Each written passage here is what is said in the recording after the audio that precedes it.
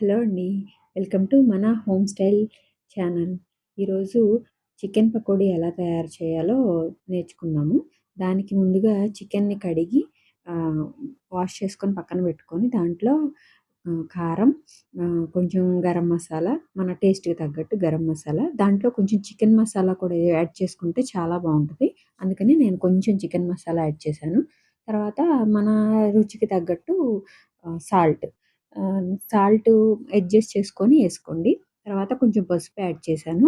ఇవన్నీ ఒకసారి మిక్స్ చేసి, తర్వాత దాంట్లో కొంచెం ఒక ఎగ్గేసాను.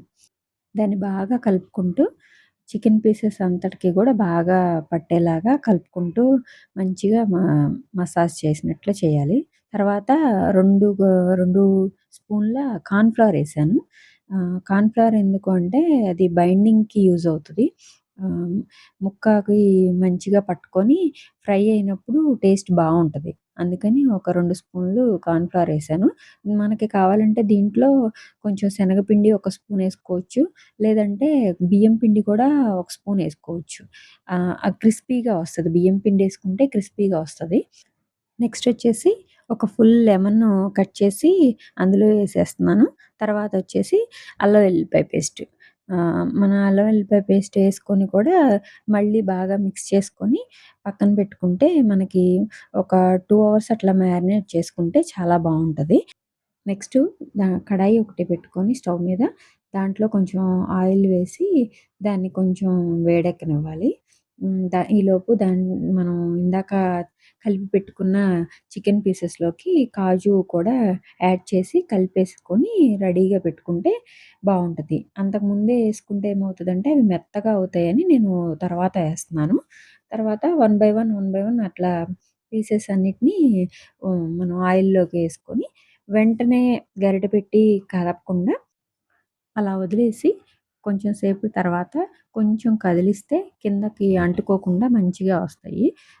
అలా క కొంచెం సేపటి తర్వాత నుంచి మనం కొంచెం అటు ఇటు కదుపుతా ఉంటే అన్నీ ఈవెన్‌గా ఒకేలాగా ఫ్రై అవుతాయి. అప్పుడు వాటిని తీసుకొని ఒక ప్లేట్‌లో పెట్టేసుకొని నెక్స్ట్ రౌండ్ మళ్ళీ సేమ్ అట్లానే ఇంకొక రౌండ్ కూడా వేసుకుంటే అట్లా బ్యాచెస్‌గా వేసుకుంటే మనకి ఆయిల్ కొంచెంలో కూడా ఎక్కువ చికెన్‌ని ఫ్రై చేసుకోవచ్చు. అప్పుడు మనకి ఆయిల్ కూడా ఎక్కువ వేస్ట్ అవ్వకుండా ఉంటది. ఎందుకంటే మళ్ళీ నెక్స్ట్ మనం దాన్ని యూజ్ చేయటానికి పనికిరాదు. చికెను ఏసిన ఆయిల్ కదా! అందుకని నెక్స్ట్ టైమ్ మనకి యూజ్‌కి పనికిరాదనమాట. అందుకని ఇట్లా వేసుకుంటే బావుంటది. ఇంకిట్లా ఇవి ఫ్రై అవుతున్నాయి కదా! మంచిగా గోల్డెన్ కలర్ వచ్చాక వాటిలో కొంచెం పచ్చిమిర్చి, కరివేపాకు వేసుకుంటే టేస్ట్ బా వస్తది. ఆహ్, చ చికెన్ పకోడీలోకి పచ్చిమిర్చి మనం ఫ్రై అయిన పచ్చిమిర్చి తింటే చాలా టేస్ట్‌గా ఉంటది కాబట్టి నేను లాస్ట్‌లో ఆహ్, చ కొన్ని పచ్చిమిర్చి, కొంచెం కరివేపాకు వేసి ఫ్రై చేస్తున్నాననమాట. ఇంకిలా ఫ్రై అయిన చికెన్ పకోడీని తీసి మనం ఒక ప్లేట్‌లో పెట్టుకొని సర్వ్ చేసుకుంటే ఎంతో టేస్టీగా ఉండే చికెన్ పకోడీ రెడీ అవుతుంది. చూసారు కదా! చికెన్ పకోడీ ఎలా తయారు చేయాలి? మీకు నచ్చినట్టయితే నా ఛానల్‌ని సబ్స్క్రైబ్ చేసుకోండి, షేర్ చేయండి, కామెంట్ చేయండి. బాయ్ అండి.